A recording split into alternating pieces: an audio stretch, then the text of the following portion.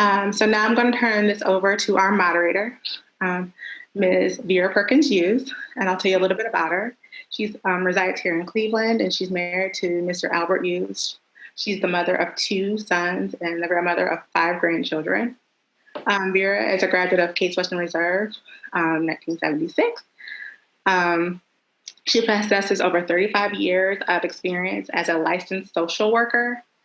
She specialized in adoptions, child sex abuse, and independent living throughout the course of her career. And then from 1994 to 2000, she was the residential manager for Ohio Boys Town, a residential facility for young males who have been abused and neglected. In December 2012, Vera retired from the Ohio Department of Jobs and Family Services, where she held the position of facility standards representative. And I don't think Vera has really retired from anything. If anybody knows her, it's on the line, because she's always so busy and always so great here leading our organization. Since her retirement, and I'm going to tell you all about all the things that she's active in, she's a True to You mentor with the Cleveland Metropolitan School District, and she's been doing that since 2015. In addition to that, she's been an active member of the African American Alumni Association since 2008. She's previously served as the organization's vice president and is now the current president of the African American Alumni Association. She also serves on the CWRU Stephanie Tubbs Jones Scholarship Committee and is currently on the Alumni Association Awards and Recognition Committee. So, like I said, I don't really think that she's retired at all, but she's a delight to work with and does a really great job leading the African American Alumni Association. So I'm going to go ahead and turn this over to Vera. Thank you, Crystal, and good evening, everyone. It's great to see all of you that are participating in our Zoom conference tonight, and I really appreciate you taking your time to do this with us. Serving as president of the African American Alumni Association for the last year and a half or so has been totally fun and challenging. And I just want to give a big shout out to Crystal Crosby for all that she did to help keep us on task and for putting all of this together for us this evening. With all that's going on in the world, I know many of you have been watching the news, and hopefully we're taking a break from that on a regular basis, but also are concerned that Black lives do matter, that with all of the catastrophes and horrific things that have been happening more recently, our slogan has always been racism is alive and well in America. And now since Mr. George Floyd's death and the many others, it's just been mind-boggling for all of us in the middle of a pandemic. So hopefully tonight, what we'll talk about will help us to regroup and think about our financial health and how we're doing with our available funds and planning for our future. So thank you to our participants tonight, and our Erica Abrams is going to be presenting. She is the principal and agency manager of Legacy 42 Insurance and Financial, a life, health, and financial services brokerage serving clients in several states. She has over 20 years of experience in health education, financial literacy, and wealth advocacy. Erica holds a Bachelor of Science in Community Health Education from Clark Atlanta University, a Master of Public Health from Case Western Reserve University, and is in pursuit of a PhD in Public Health from Walden University. As her belief and understanding are that health and wealth are linked together, she made the conscious decision to further her knowledge in financial services by earning a license in insurance and certification in long-term care, Medicare, and annuities. Through her outreach, she has empowered countless families, business owners, corporate and organizational constituents, labor unions, and so on. And so we want you to welcome Erica tonight. In addition, we have our own previous president, Alicia Graves. She's a 2005 CWRU graduate, and she was admitted to practice law before the Ohio Supreme Court, as well as all local trial and appellate courts. She graduated from the University of Akron of Law and Case Western. After working in financial services for a number of years, she established her own practice in 2014. Her strength is in developing long-term relationships with the community and current and prospective clients. This allows her to anticipate and seek to avoid many legal problems that individual and smaller enterprises may face. Alicia's commitment to the community includes serving on the National Institute of Restorative Justice Board of Directors, the Legal Aid Society of Cleveland, Planned Giving Board, and as the past president, as I stated, of the Alumni Association, and numerous other civic, professional, and political organizations. She's also effective in determining a client's need and, when appropriate, engage in co-counsel or referral counsel for specialized service in the most cost-effective manner possible. So we welcome you tonight. We're going to hear from Erica first. She's going to talk to us for a few minutes, and then Alicia. And then after that, we will open it up for questions. So as they're talking, if you can think of some questions that you'd like to type in the chat box, we'll be glad to have them. Erica. Thank you, Vera, for that introduction. And thank you, Alicia, for joining. And everyone here, and those who are not here, they're going to watch the replay. We thank you for participating. I'm a very proud CASE alum and HBCU alum and Glenville, born and raised in the Glenville community, a stone's throw from Case Western. And I'm very excited to be here and offer some insight and we can learn from each other. So essentially, when we think about, positioning ourselves financially, I mean, it's kind of like this puzzle that we all try to put together. And I notice our audience today is very top heavy on the ladies. And so as many of you ladies know, and gentlemen who I may not be able to see here in the feed, we are knocking down doors and barriers and have been for some time. And a lot of us are also not only planning for our futures, but the futures of our loved ones, the futures of those to come after us, as we think about ways to build generational wealth. And then we are also focused on the here and now, making sure that we can take care of all of our responsibilities, enjoy the fruits of our labor as well.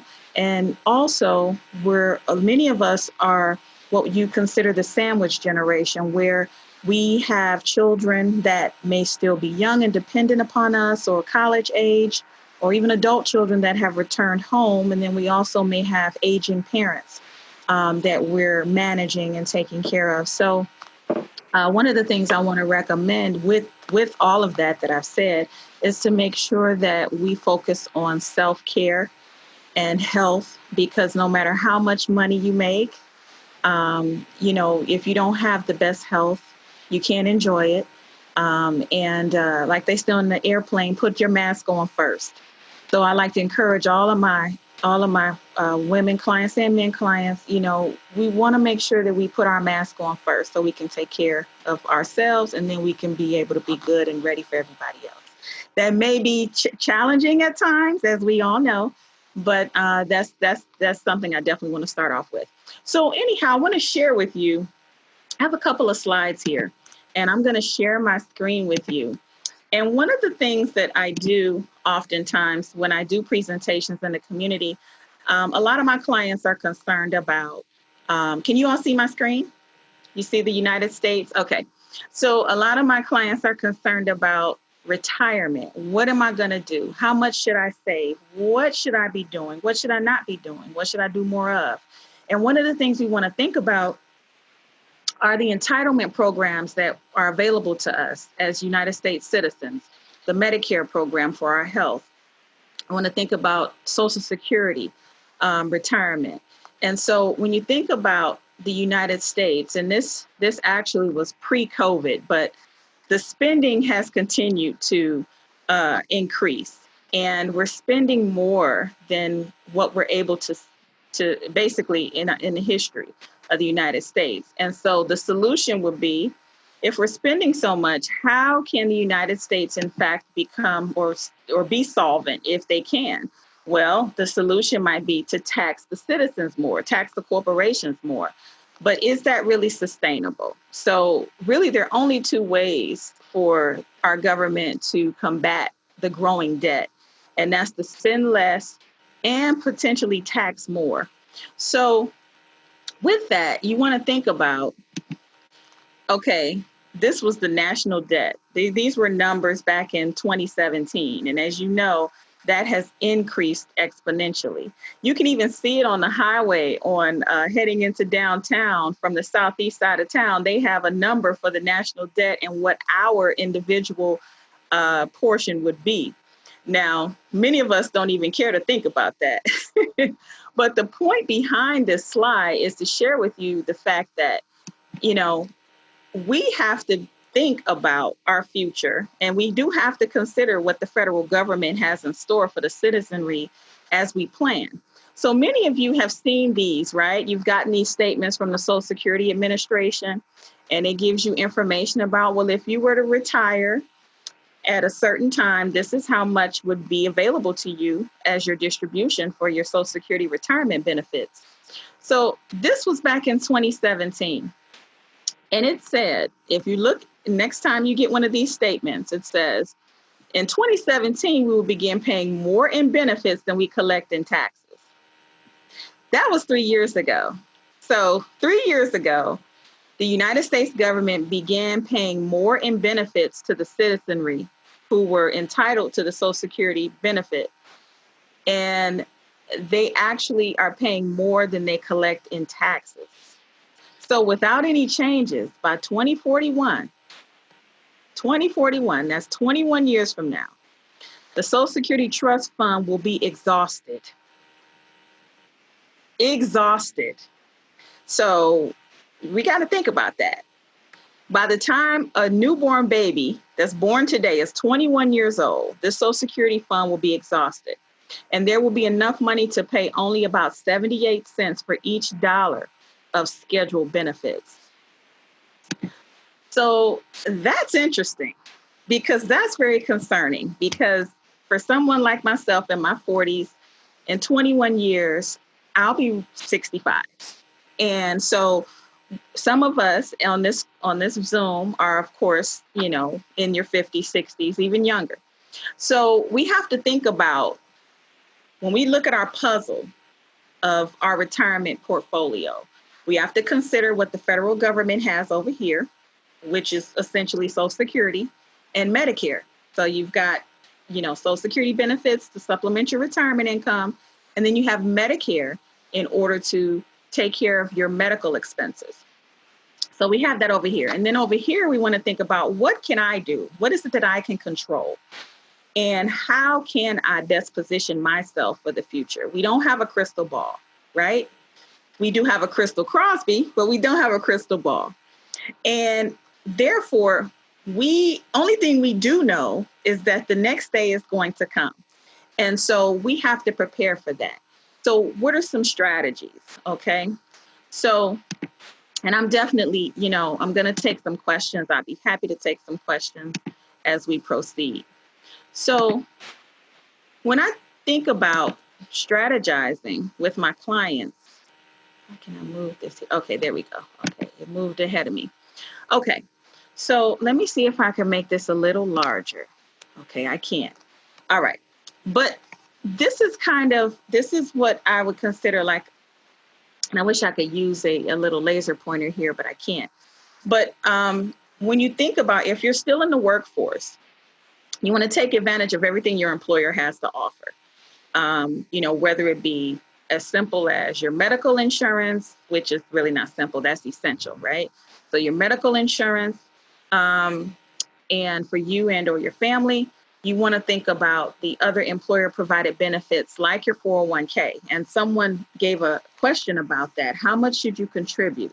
Well, my philosophy is you should contribute at least as much as your employer. So you kind of want to match. If your employer is giving you 5% free money, you want to at least be contributing at that 5% level. Some people go above that. Others are right there. Some are below. My philosophy is you want to match where your employer is and use any additional funds to supplement your retirement in another fashion. And I'm going to talk about that. And then you want to think about, make sure you take advantage of any short-term disability insurances that your employer may provide, any group term life insurance for you and your spouse. And obviously you want to invest, if you can, above and beyond the group term insurance, because as we know, if you leave your employer, okay, hold on. Let me see here. Okay. So you want to make sure that it's best to have insurance, life insurance outside of your employer. And I'm going to dig more into that. And then let me go back to this slide. And then also you want to think about any additional insurances that they may offer that might be beneficial to you. Because one thing we do know is that we don't know. We don't know when things are going to happen. And it's never a good time for a tragedy. So you want to make sure that you're insulated from that, at least from a financial standpoint. And then when we look over here to the right at the little green octagon with the lady sitting at the desk, if you're self-employed, you want to see if you can qualify for plans that can help mitigate some of the costs associated with having your own medical insurance. And I help my clients with that.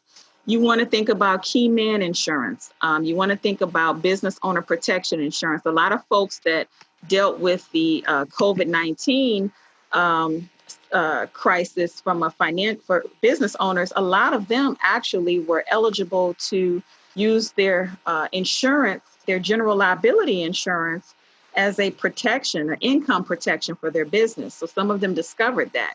So those are some things that if you are self-employed, you want to consider adding to your portfolio. And then also you want to think about, of course, having some sort of course, maintaining insurance as well with that. And then, so we're going to go clockwise. So we're going to look at the little red octagon next. So life insurance protection, whole life and term. Now, a lot of people may not consider this to be part of a financial plan, but again, I've said insurance probably several times since I've been talking about what you should do with your plan. You definitely want to have that in place to insulate you. And you definitely want to consider your lifestyle.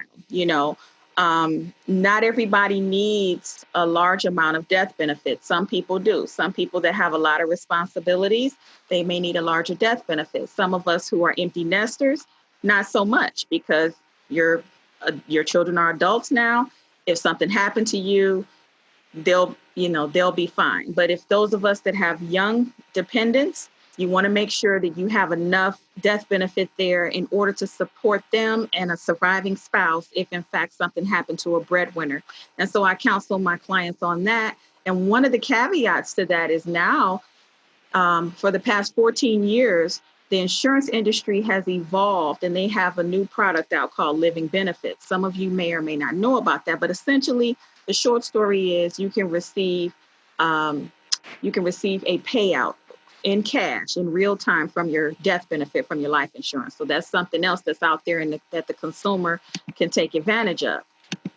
And so in other words, if you have a health scare, if you have a heart attack, stroke, how many of us know a family member?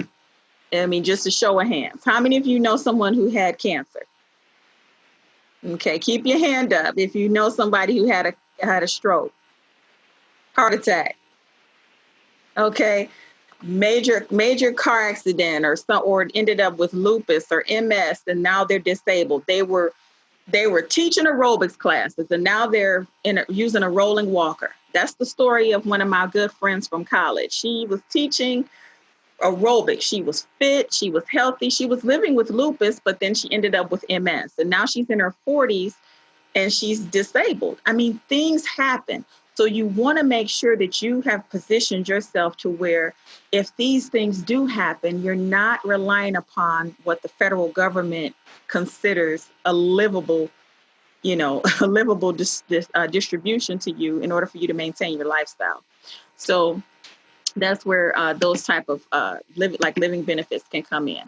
Okay, now I'm going to, for the sake of time, I'm going to move on to college fund savings and planning. Now, there's also Most of us understand. Some of you are empty nesters. The children are gone.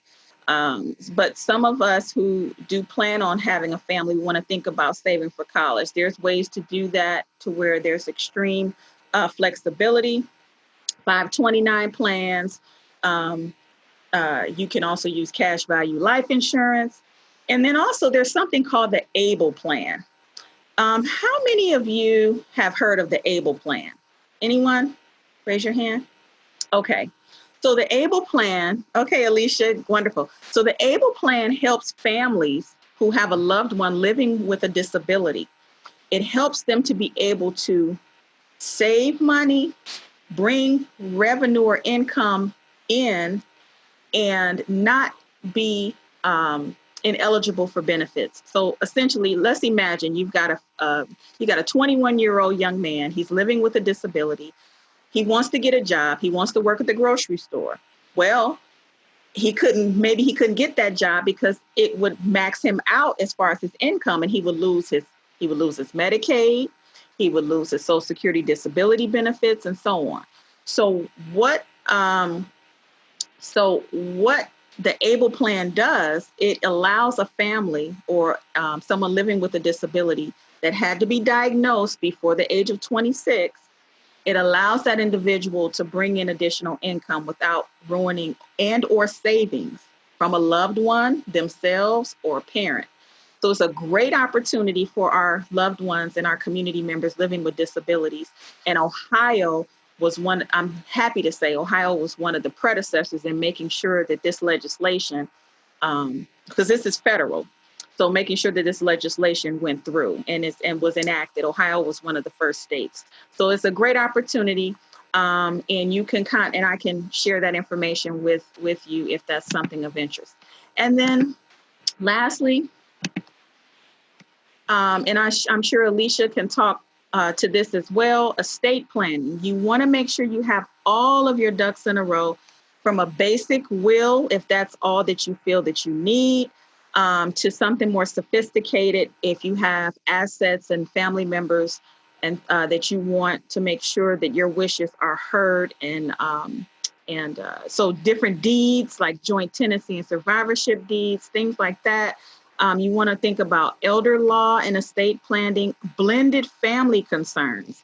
Okay, this is something that's very, that a lot of my clients are concerned about. If you have a blended family, whether you had children from a previous marriage or a previous relationship, and you're essentially blending these families together, you want to make sure that if something happens to you or your spouse, when the dust settles, you want to make sure that all of your wishes and everything that you wanted to pass on to your heirs will do that, and you're able to voice your voice when you're gone.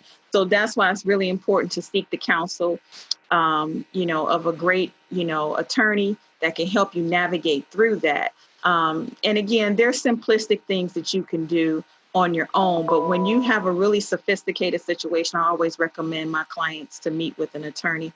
And then lastly, the last part of the slide is talking about retirement vehicles that you can utilize. Obviously, you want to think about IRAs, Roth IRAs, your 401k plan, annuities. These are all ways that you can not only contribute to your retirement, but also with annuities, you can make it stretch.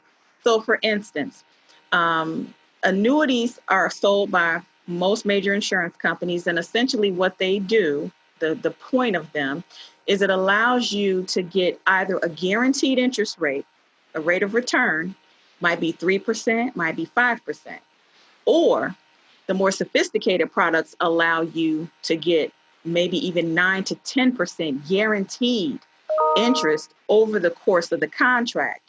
Now, most annuities are anywhere from 3, 5, 7, 8, or 10 years, typically. And so with that, you can essentially utilize the annuity to double your retirement income and also create income that you can't outlive. Even if the funds are exhausted, the company will pay you throughout the term of the contract. Okay, so I'm going to turn it back over to Vera. Thank you. That's a lot of information, Erica. Thank you. Alicia, I know you're going to pounce over all of this stuff. So let's hear from Alicia now.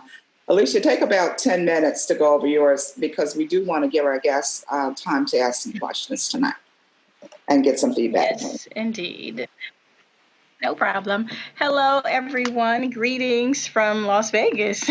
I am happy to be here, happy to be presenting. I see a lot of familiar names out there. So, hello, everybody. And to the people I don't know, welcome. And I hope to be able to touch on some topics that are definitely timely. Erica, thank you so much for your presentation. Really good stuff. All right, let me share my screen here. See if this works correctly.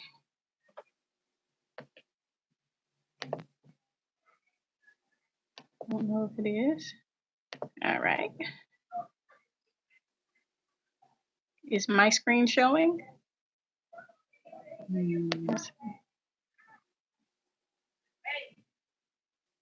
Can you all see my presentation?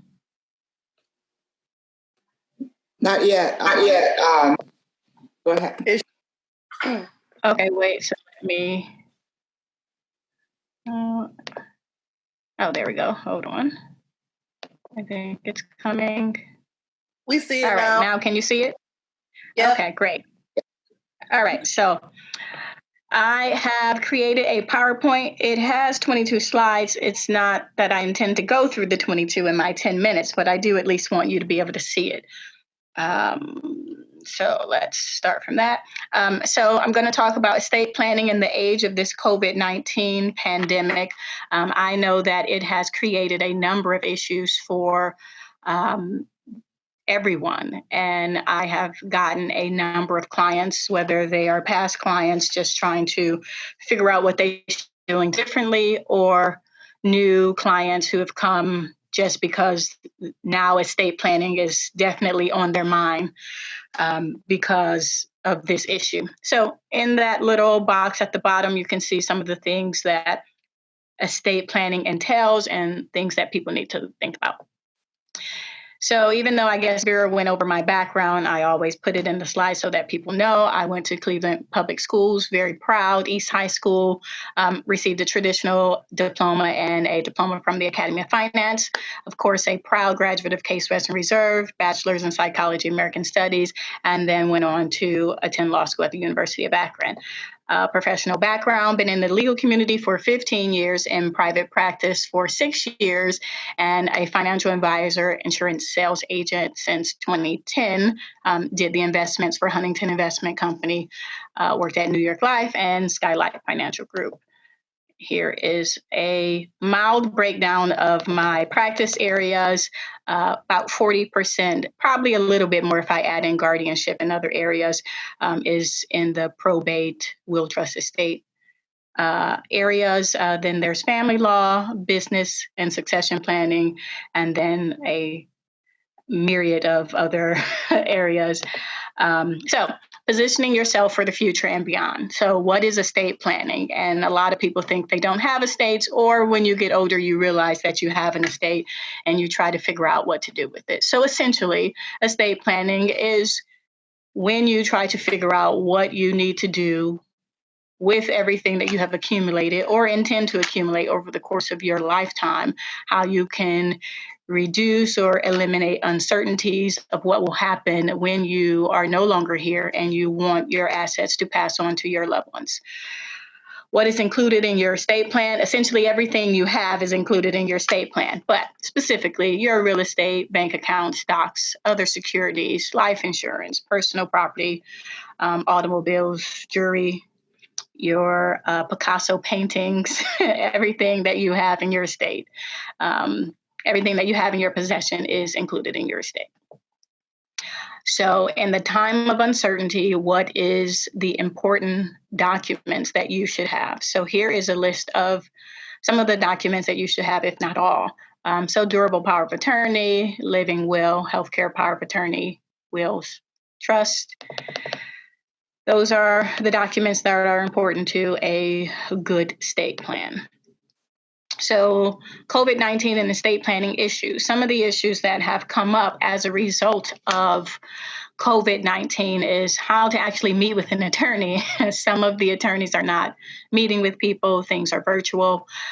So there is some uncertainty there. And it is still possible. I personally am meeting with clients. I always met with the clients, but there are attorneys doing Zoom meetings, doing Skype, and finding creative electronic ways to meet with their clients. So it is still possible. It's not an issue that can't be overcome. Getting documents notarized. Again, if you're not meeting with people, how can you get it notarized? In some states, you can actually do electronic notarizations. It is not my understanding that that is in Ohio. But there are you can make appointments at banks.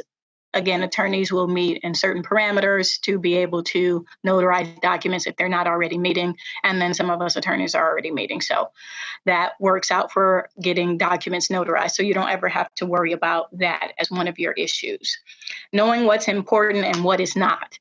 So it seems like everything's important, and most things are in fact important. So that's when you bring the information to the attorney, have the conversations that you need to have, and through that, the attorneys will be able to ferret out what information is important and what's not. So that's not something that you have to worry about. You just collect everything that you have, and the attorney will do the rest. Not feeling overwhelmed during this pandemic. Thinking about death, even though it is inevitable, most people don't think about it unless it is something that you do on a daily basis. So at this time with the pandemic and hearing so much tragedy, I know a lot of people have thought about this, and it has given anxiety and feelings, making people feel overwhelmed. So I want to say relax. You can relax even as you prepare. It is the preparation that allows you to relax. So it's okay. You can feel overwhelmed, but try to relax in the end. So knowing what these documents are that I mentioned, the durable power of attorney. So essentially, this is the document that you're going to have that's going to allow you to designate a representative to take care of your financial matters in the event you are incapacitated, not dead, incapacitated. So COVID-19, what is the major thing that has been happening with people? They've been hospitalized. They've been on ventilators. No one can come into the hospital. How do you have people deal with your financial matters? How do people deal with your affairs when they don't have access to it? This document allows them to do that. And this is one of the most important documents. And the people who have found themselves in this situation have learned that. Hopefully not the hard way, but this is the document that allows someone, whoever you designate, or persons that you have designated to deal with all of your matters and do it in a legal capacity and be able to present it to any entity and say that you are the designated representative to deal with whatever matter there is. Next slide. What happens if you don't have a power of attorney? Well, you're in a very bad situation. You can go to the probate court, but if anyone is familiar with the courts, all the courts were inaccessible. You couldn't get in, and that included the attorney. So yes, you can go to the probate court. That is how you would have to get access to be able to deal with someone's financial matters if they did not have a power of attorney. But again, the pandemic affected the courts, so that made it even difficult for people to deal with it in that capacity as well. Then guardianship and conservatorship issues, if it's a long-term issue, although it's not my understanding that with the COVID-19 that it has gone that long for most of the people. Because it either ended tragically or it was something that they were able to recover from over a relatively short period of time. But these are the other avenues that you would have to deal with within the courts to be able to deal with the financial matters of a loved one. Why have a power of an attorney? It is inexpensive and it is needed to deal with any matters that you have. So I can't stress that enough, that without the document, there is no one who would be able to do these things. So you don't want to try to get this document when the emergency comes, because it is very difficult, particularly if they are incapacitated in any way. They are not able to sign. So you can't get it, and only a court can designate it. Living will, healthcare power of attorney. So this is what you determine you want to have happen in a healthcare emergency when you're incapacitated. If you need to determine whether you want to be on life support, do not resuscitate. This is you making those designations. Do you want to make that decision while you are currently in your right mind, of sound mind, and able to make that decision? Or do you want your loved ones to be able to make that decision for you when you are incapacitated? Or do you want the doctors to make that decision when they have agreed with medical certainty that XYZ can happen or not happen? You get to make that decision while you're alive and well, and decide whether it's you who want to make that decision, loved ones, or the doctors. That is what this document does. Living will versus the healthcare power of attorney. One deals with healthcare matters and the other deals with financial matters. And that is the major difference between the documents. But each of the documents require you to be of sound mind when you execute the document, or they cannot take effect.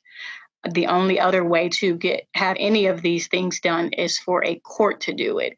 In the healthcare power of attorney aspect, the court comes into play in situations, if you're familiar with times when someone is on life support, the hospital wants to pull the life support, the family does not, and they get into a battle and someone files a lawsuit. Those are the situations where the court would come into play in your healthcare power of attorney. Again, all situations that you certainly would not want to be involved in, or want your loved ones to have to be involved in. And so that's why you would want to do that on the front end as opposed to not having it. Can you have both a living will and a healthcare power of attorney? Yes, you can, because they are doing different things. So you absolutely can. It covers very specific directives, and that's why you have the healthcare power of attorney. Who should you choose as your healthcare power of attorney agent? Sorry that overlapped. Someone that you trust very, very much, because you need to make sure that they're acting on behalf of what your wishes are. So there are people who may be close to you in blood or relation that should not be your agent. And that is something that your attorney would definitely explain to you. Just because it is, for example, your child does not mean that you should have that person designated as your agent. So those are things that you need to look at, not just because of COVID, but just period. The will, everyone knows about the will. The importance of the will is to be able to designate how you want your assets to transfer to the next generation, your loved ones, or whoever you deem important. Without this will, then the court steps in and it passes according to the state law. So that could be that someone who you don't want to have something will get something, or someone who you want to have something would not get it because they are not the legal heir to you. So you want to have this will in place so that you make sure that everything that you worked so hard for can go where you want it to go. Importance of the will, I essentially just explained that. And the process can become very complex and costly within the court, depending upon what your assets are. Ask Aretha Franklin. I know you can't ask her, but look at what's happening with her family. Look what's happening with Prince. Those are some examples of what goes wrong without the will, although they did find a will for Aretha Franklin, just so you know. Trust and the benefits of a trust. So there is, I think that's probably all the time that, let me see. Is that my 10 minutes? Vera?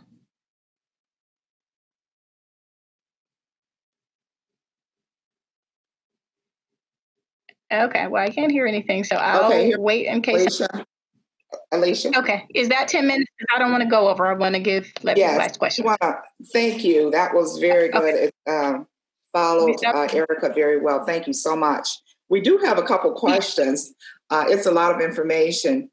And I think Erica shared an incident. My sister just went home yesterday from COVID. But I know when she was on life support, her family was in a tizzy, all because we've been trying to get her to do that power of attorney. and for health care, and she's just been stubborn. But now she understands it. So in light of all that you've said, in terms of, one of the questions is about retirement planning, because we're looking forward to our future.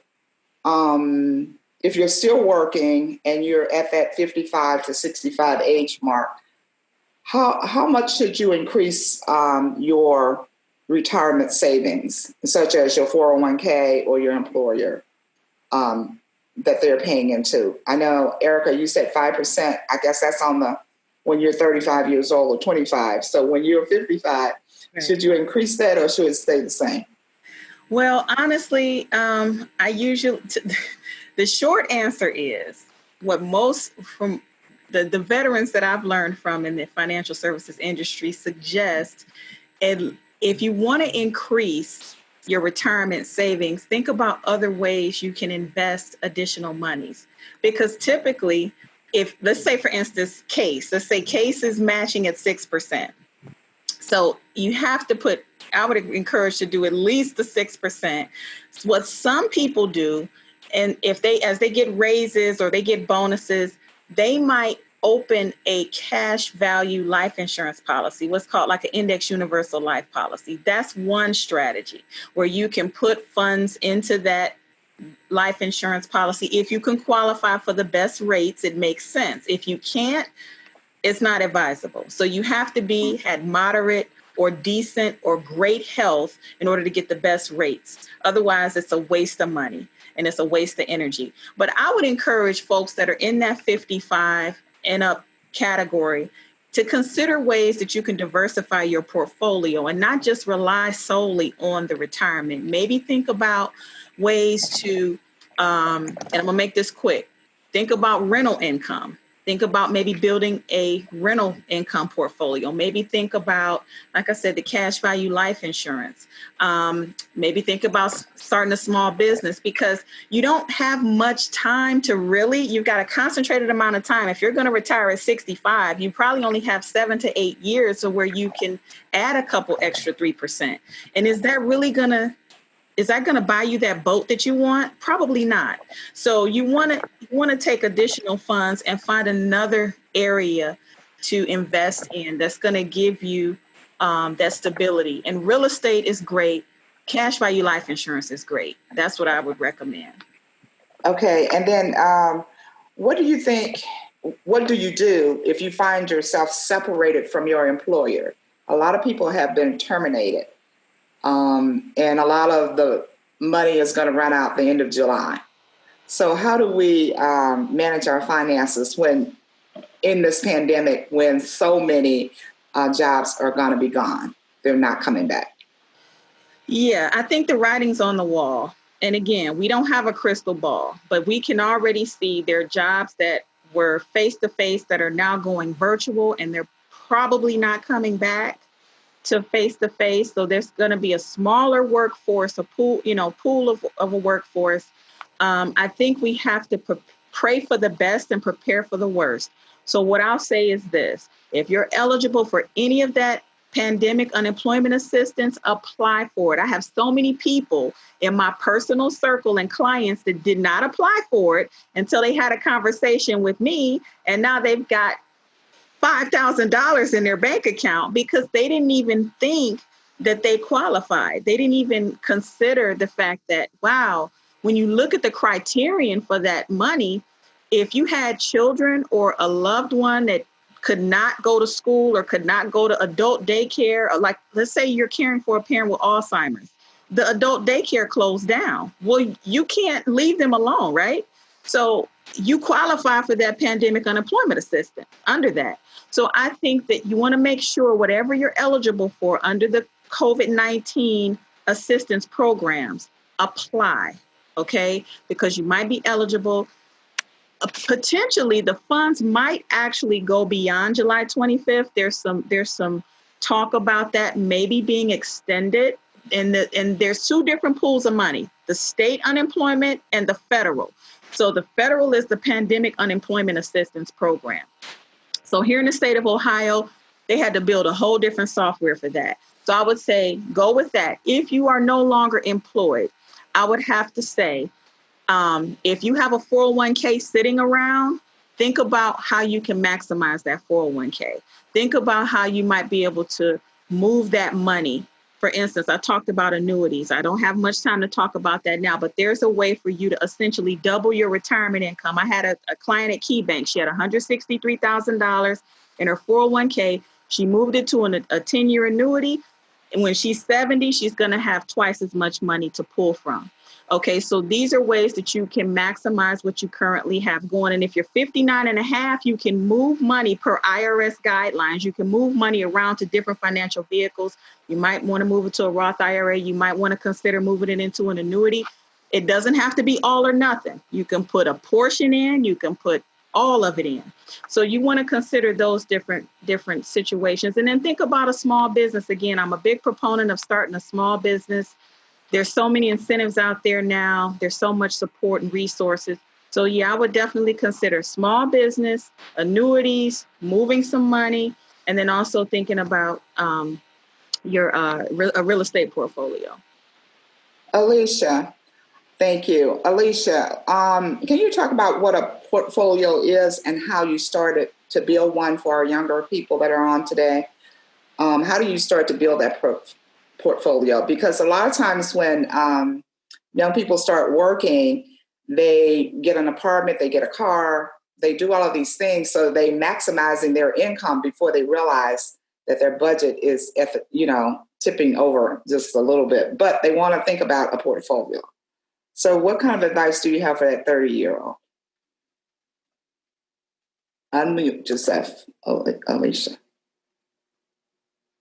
Alicia is still muted. Yeah, I think she's frozen too. Oh, okay. Alicia? Okay, go ahead, Erica. Okay, when she comes back. But what I would say to any 30-year-old that's in the workforce, keep your credit together.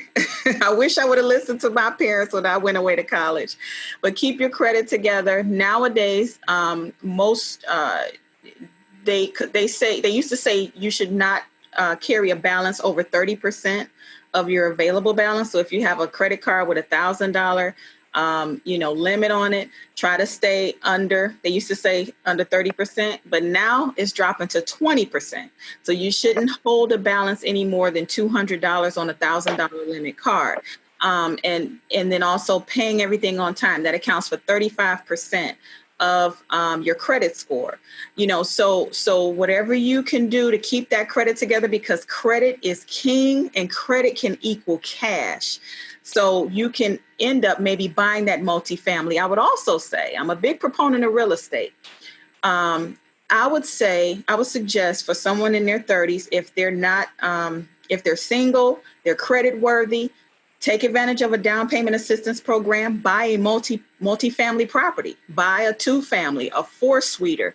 You can even, with FHA, I think you can go all the way up to a 4-suiter, because then you've got your tenants paying your income. So it's nothing like being a 30-year-old, not having to worry about going to work, not having to worry about losing your job when you have 3 other people helping to pay your mortgage. So I would definitely encourage credit, savings, investing in your 401k and retirement plans, and considering real estate for income property. Okay, let's jump to this one. What is the best way to protect our current investment portfolios as the market continues to show these unprecedented lows every other day or every day? What I would encourage, and I'm by no means, I'm not Series 6 licensed. I don't sell stocks, but from what I understand, the best thing to do is to weather that storm, because we don't have a crystal ball. That's my phrase of the day. The stocks are going to go up. They're going to go down. It's just the nature of the monetary system in the United States. So we have to be sure we're not. In fact, I think Warren Buffett said it, be fearful when others are greedy and be greedy when others are fearful. So in fact, now is the time, whenever the market is low, that you should actually be buying, That's what I would say most financial, gurus would say. You should buy when it's low. So as far as your portfolio trying to bounce back, it's all about time. So you don't want to make any hasty moves. I would say talk to your 401k fund manager at your employer. Talk to them. They know the ins and outs of these funds. If you want to move money into different areas of the fund, if you want to move money into a secure savings vehicle within the fund, you do have options. So definitely there. And Alicia's back if she wanted to chime in. Hi there. Sorry, my computer just turned off. So I signed in on my phone. I'm not sure what the question on that part. What was the question? We're talking about portfolio, building that for 30-year-olds. What should they be doing? Great. Okay. Mm-hmm. For 30-year-olds? Well, Yeah. A 30-year-old, you have longevity on your side. You're pretty young.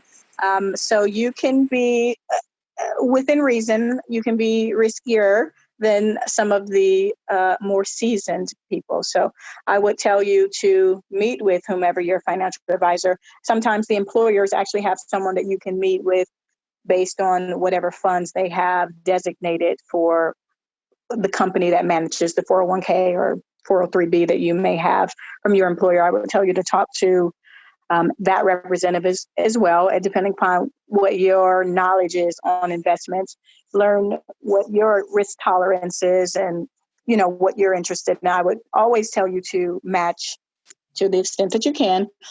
Whatever your company matches, that is the amount that you want to contribute, and look at other financial vehicles outside of just what you can gain from your employers. So that's what I would tell a 30-year-old to do. Okay. Someone said I've updated my end of life papers. I haven't done it in years. So can you recommend a place for them to get some help, or do you want to have us just email them some information later on if they give us their email address? Some financial planning. You said updated their documents? Yeah, they have life papers done, but it's been a while. So yes. Update it. Yeah, you can call me always, and I can tell you about whatever it is that you need to do. But you definitely want to make sure that you're looking at your documents at least once a year, just to make sure there have been no major changes or anything that has gone on. So that is something that I would recommend. Okay. Can you all help us address, I was talking to a young person earlier today, just to ask a question. And what he said was a lot of young people that get out of college, they get a job, they don't understand their withholdings. And a lot of times they thinking they're making $60,000 a year when maybe they are only taking home about 50 or 45. So how can we advise them to understand their paychecks better? And then are they taking that percentage that they're investing off of their gross pay or their net pay? So they're still kind of navigating, what this paycheck means. Well, they're taking it off their gross pay. So that'll answer that question in the immediate. You're taking it off your gross pay. Everything is coming off of your gross pay. And then unless it is designated to come after. So if it is designated to come after, your employer will tell you that. So, for example, parking is something that comes after. So it is taxed first and then taken. Or if it's not, because there are some places where it comes before. So if it is something that does not come from your gross, your employer will tell you that because they know that in the beginning. So I would tell you to talk to, if I were new, I would tell you to go to HR when you get your first check to have everything explained. A quick story that will take 15 seconds. When I had my first job and I got my paycheck and I looked at it and saw these deductions, I said, who is FICO? What is this? And someone has taken my money. And I came to my mom and said, what is going on with this check? They took my money and she explained it all to me. So you may not have your mom here to explain all these things to you, but I would definitely use HR because that is what they're there for. And they can explain line by line what's actually happening. So should they base their budget off of their I told them they always base their budget off of their net income. They should Bottom definitely line base their is- budget off their net because they don't have the gross. So no, so in the example where you said 60,000 is what they make. Great. That's what they will be paying taxes on to Uncle Sam, but that is not how they should budget because they won't ever see that. Right. And I think one of the final questions that I see here is, what's the best way to pay down debt when you live on a tight budget? That's everybody's concern, right? I would say one of the most simplistic ways to tackle that is to start with whatever has the lowest balance first, because you can get a quick win. It's instant gratification, right?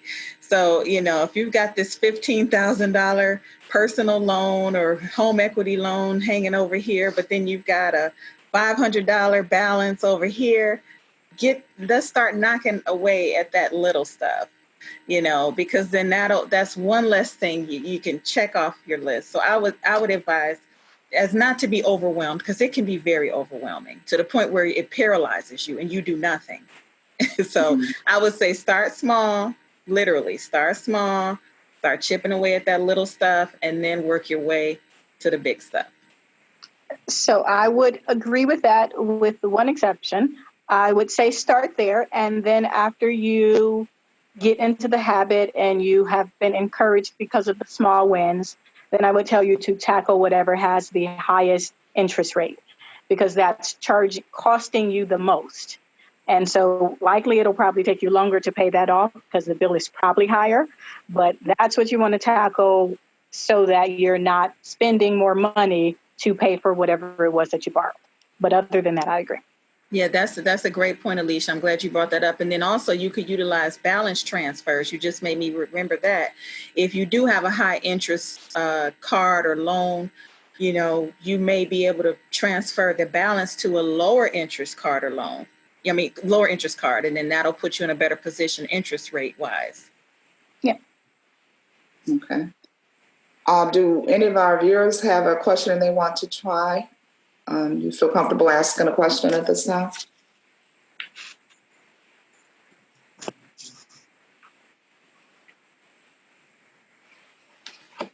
Okay, so let's do this one final one. Let's see if I can read this.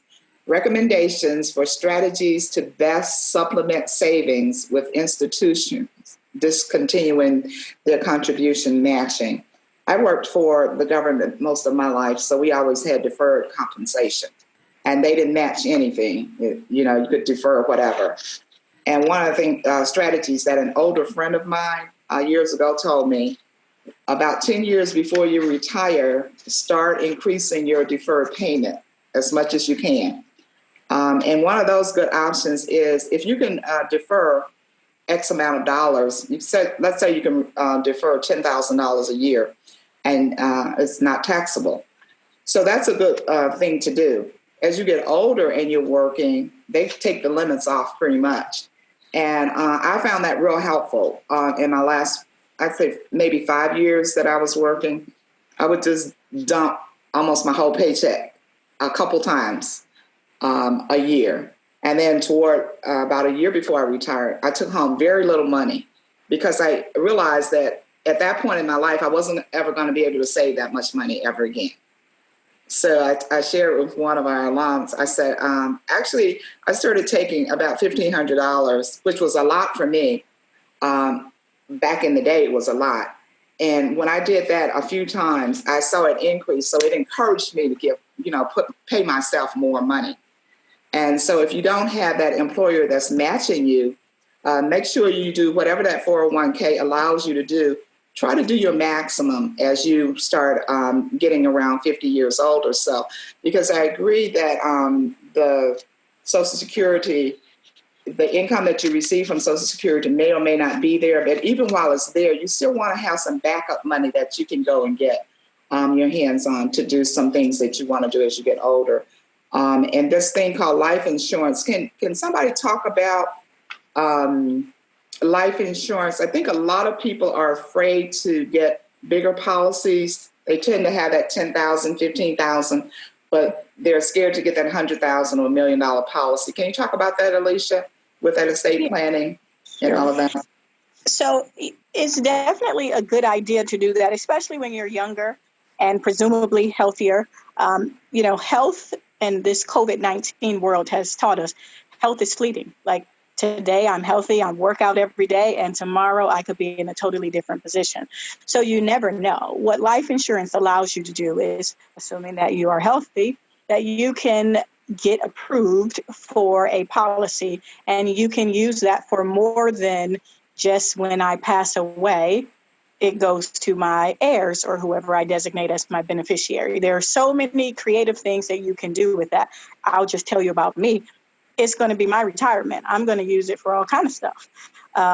But that's because I decided to get whole life, certain amounts, and allow cash to build in it for that purpose. So there are different things that you can use insurance for that can be helpful to you now while you are alive and helpful to your beneficiaries when you pass away. And so you should not be afraid of the policies. And I know that in most people's minds, or in a lot of people's minds, I won't say most, but in a lot of people's minds, we think of, okay, we just need enough for burial, or that's what life insurance is for, but it is for so much.